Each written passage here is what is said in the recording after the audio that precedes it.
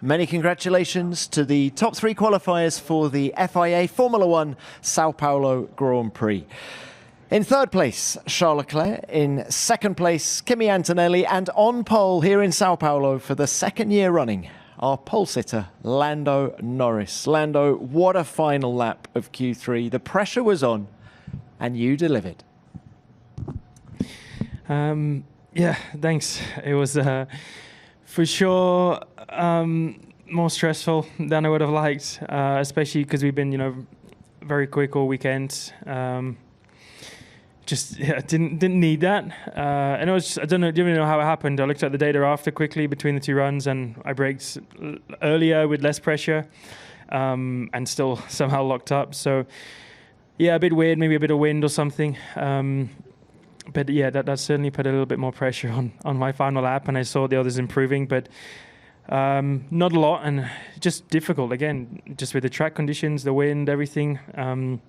Hard to get a nice feeling out there. So again, I didn't know if I was up or down on my delta, so I was a bit stressed. But when I went over the line and saw the lap, I was pretty happy. And when I saw no one went quicker, even happier. How close to the perfect lap was that 2nd run? You never know around here. Like my turn 1 wasn't amazing. I think Kimi was purple in sector 1 by 1,000th, so maybe 1,000th more there. There was little bits, but it's so difficult with the wind. Every lap it changes. It's 3 kph, 4 kph. You don't really notice it probably when you're standing there, but it can easily make you go a 10th quicker in a corner or half a 10th here and there, and that can be a lot at the end of the day. That can be positions, it can be pole and not pole, and those kind of things. So difficult. And sometimes you do the same thing, you repeat, like my turn 1. But you just make a mistake for kind of no apparent reason, no obvious reason why you're in the car. So, yeah, difficult as it was for everyone today. But definitely not a perfect lap, but good enough. Lando, it's been a good day for you. You've won the sprint. You were fastest in every segment of qualifying. How confident are you feeling in this car now? It depends. Like, confident in what? I think. In our race pace tomorrow, not the most I've had. I was certainly more confident in Mexico. I think after this morning with the Mercedes pace and Kimi's pace, certainly lowered my confidence level altogether. But we're still quick. We've still got that little advantage in qualifying, and I really hope that we can continue that into the race tomorrow. But the weather's going to change again. I think it's meant to be even colder, which might suit them even more. And the wind's meant to change also. So. It's difficult. Every track's so different. The feelings I have on one track are different to the next, and those kind of things. But I just feel like I'm doing a good job. I'm driving well. Earlier in the season, I would just have weaknesses, and I feel like I've, let's say, maybe still got some here and there, but I've lessened them, and they're not like 1/10 now. It's 200ths. So when I can put together the good parts and have those not so bad parts, things go very well. Pirelli have brought harder dry compounds to this race this year. Do you think it'll be a complicated strategic race tomorrow if it's dry?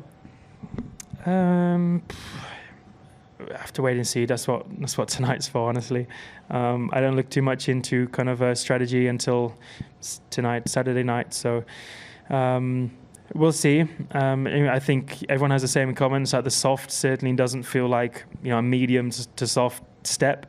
The soft certainly doesn't handle like what the medium did last year. So it's interesting. There are still some differences, and again, conditions can change everything. So we'll just do, as always, our work tonight and prepare the best way possible. Right. Lando, very well done. Thank you for that. Kimi, many congratulations. Another day, another front row start for you here at Interlagos. Just how good was the session and that final lap of Q3? Yeah, it was a very tricky session. To be honest, the wind was not the best today. Was a bit more of a pain in the ass around the lap, to be fair. But still, the last lap in Q3 was quite decent. Locked up a little bit the rear in the last corner, but despite that little mistake, I don't think I would have been, Lando would have been still fastest. So, yeah, just not the perfect lap, but still, good for P2, and we have a good opportunity tomorrow. Well, can we talk about tomorrow? You put pressure on Lando at the end of the sprint today. Just how confident are you going into the 71 laps tomorrow? Yeah, definitely. The pace this morning was really strong.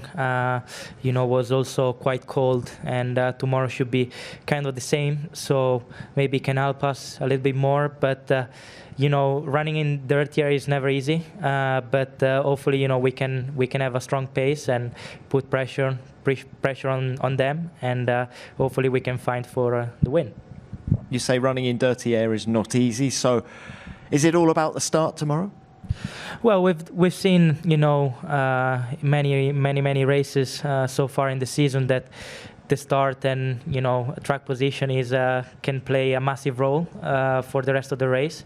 Of course, Lando has been starting very strong recently, so we need something exceptional. But on my side, I just try to do a normal start and not trying to do too much, and then at least the whole position, and then we'll see from there. All right. Very well done. Good luck with that. Thank you, Kimi and Charles. Let's come to you now. It feels like Ferrari have done a bit of a turnaround this weekend. Just how much better was the car in qualifying today compared to sprint quali yesterday? I don't want to over-exaggerate, I think, the turnaround that we've had, because we are only speaking about a tenth and a half maybe, but the thing is that this weekend a tenth and a half means out of Q1 or inside Q3. I think where we did a really good job is by executing everything perfectly from Q1 to Q3, because we knew that we were it's been a very difficult weekend since FP1, and we knew that we will struggle to get to Q2 and then Q3. But we did everything perfect, so I'm very happy about that. We changed a little bit the car from this morning, and that did a step that helped us to do a step forward as well. So altogether, to start P3, I think we should be really satisfied with that, because I don't think anybody of us expected that after such a difficult beginning of the weekend.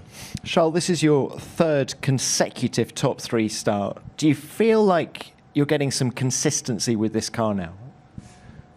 I felt it in Austin and Mexico. Maybe this weekend a little bit less. This weekend has been a very, very challenging weekend, and I think that hides a little bit the struggles that we've had this weekend. But in race pace, we seem to be pretty strong. We're stuck behind Fernando, but I think the pace was pretty good on the one lap I had in Friar, so I'm looking forward to tomorrow. Well, you've never finished on the podium here at Interlagos. Do you think this is your best opportunity yet? I've had years where the car felt a little bit better than this year, but we're starting in a good position, so if we manage to stay P3 or P2 or P1 after the start, then that will help us. All right, Charles, thank you for that. Good luck tomorrow. Right, let's open this to the floor. Name and publication, please. Fred. Fred Ferrer, L'Equipe. Question to Lando and Kimi. How much did you change the car between the sprint race and the quali? So much. We went also to Monza. No, I'm joking. No, to be honest, we didn't change it. If I have to be fair, because tomorrow the wind is gonna change again. It's gonna go back to what it was on Friday. So, to be fair, we didn't change anything. They didn't need to, because they were quicker. So we changed a good amount, I would say. It's I don't know what is a lot and what is not nowadays, But we never changed that much. You're talking a little bit of ride height or a little bit of roll bars or something. So you're talking always quite small, but let's say probably more than I think we've changed in the past between a Friday, Saturday sprint weekend. Okay, thanks both. Next, where are we going? Yep.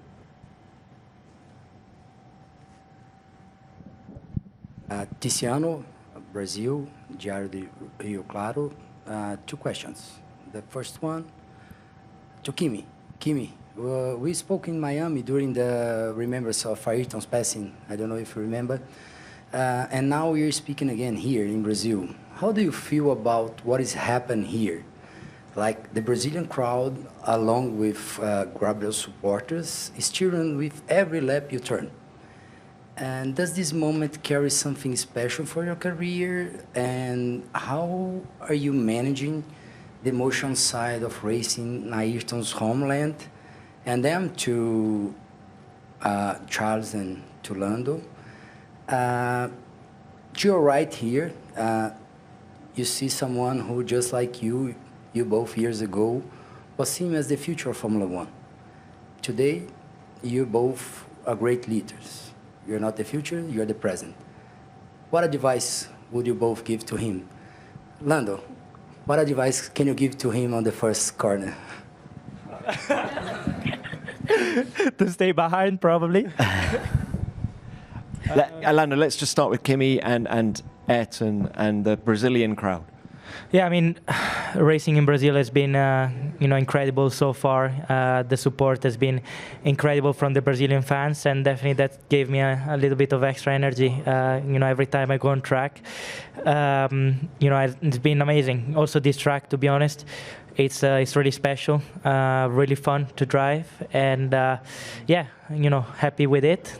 And now really looking forward to tomorrow's race because, it will be good to finish the weekend on a high and, to bring home good points.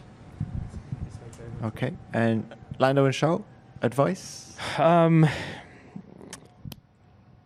None. Sometimes it's good to not take risks, and sometimes it's just good to play it safe. Bank some good points and defend to everyone else behind you. I've always got told you have to be nice to people older than you, so Kimi, be nice. And okay. What else? I don't know. I don't know. I guess everyone's unique in the way that they think, but you got to find your own way. It's the same as me for the last few years, A lot of people tell you got to be like this, you got to have to do that, you need to think like this. That's wrong, this is right. No one's right when it comes to those things. It's always good to listen to people, to take advice, but in the end of the day, you got to only listen really to the people around you that you trust and that trust you. And find your own way of doing things, not think this guy did it 3 years ago or 20 years ago, that's how I got to do it, because it's not how it works. Yeah, I mean, nothing to add. I agree 100% with Lando. I think everybody has its weaknesses, its strength, and you've got to work around them. Be honest with yourself. But if anything, today I think it's Kimi who has to give me advice because he will be starting in front of me tomorrow. So not much to add. All right, thanks all. Next, please. Yeah, Jake. Jake Bolson, Leg Sport. This one's to Kimi, please. Sorry, Kimi, this is a little bit more of a boring question. George did his final lap on the medium tyre there. Was this something that you were reasonably tempted to try? Was there something about the Mercedes package overall that was not perhaps blending with the soft so well, or were you absolutely fine on that run? Thank you.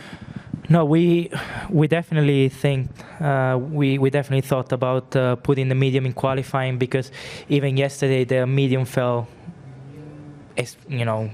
basically the same as the soft. The jump from medium to soft was very little. So we also today in the sprint the medium felt better than the soft. Even in the first few laps, the grip just felt better. The tire felt more robust, especially throughout the whole lap. And so definitely we had a thought about it because we thought that there was not much of a gap. But it's better I thought as well that because I felt good on the soft, I thought it would be better to keep it for tomorrow. Tomorrow obviously we have the new tires, so that's good, especially for the start. So, I think that was the right choice at the end. Okay, thank you, Kimi. Just any more from the floor? Should we do one more? Hi, thanks. Maria, Car Magazine Brazil. Question to Kimi. We're all talking about, how important tomorrow's race is, especially for Lando, regarding drivers championship wise, but in terms of constructor, I mean, apart from McLaren, of course, but the P2, the Ferrari and Mercedes fight, it's an amazing opportunity for Mercedes. And we could see today how much you were looking for a great result in qualifying, especially with Toto's reaction. Yeah, he was like, what? Okay. After your lap, sorry. Yeah, and I mean, we've got Charles right in the front, Lewis back. Could you please extend more on how much you're looking forward, meaning regarding the meaning of this race, and especially having in mind that Las Vegas is a race that it is expected to Mercedes have a good performance. So it's maybe an opportunity for you guys have good results like in 2 rounds straight. So yeah, please. Well, the funny thing is that in all the tracks we were meant to be good this year, we were not so good, and in the track where we weren't expected to be good, we were good. So it's it's unexpected. You see, there's some weekends where the V carb or the Haas, they're extremely quick. And so you never know. But of course, in Vegas, with the cold temperature, definitely should help the car. We saw also this year that usually with the cold temperature, the car behaved better than with hot temperature. So hopefully, we can have the same pace in Vegas. Definitely as a team, we'll try to do everything that they did last year in order to have a better opportunity to achieve the same performance somehow. While tomorrow, yeah, definitely is a massive opportunity. I think it's going to be important to try and finish ahead of the Ferrari, to outscore them, because obviously the fight is very tight. And also in Red Bull, we can score big points. So definitely that's the goal. That's why tomorrow is going to be important to set a good pace, to try and put pressure, but at the same time to try and achieve the best result as possible that is possible in the moment. So definitely a massive opportunity, and that's why as a team we'll try to do our best in order to do so.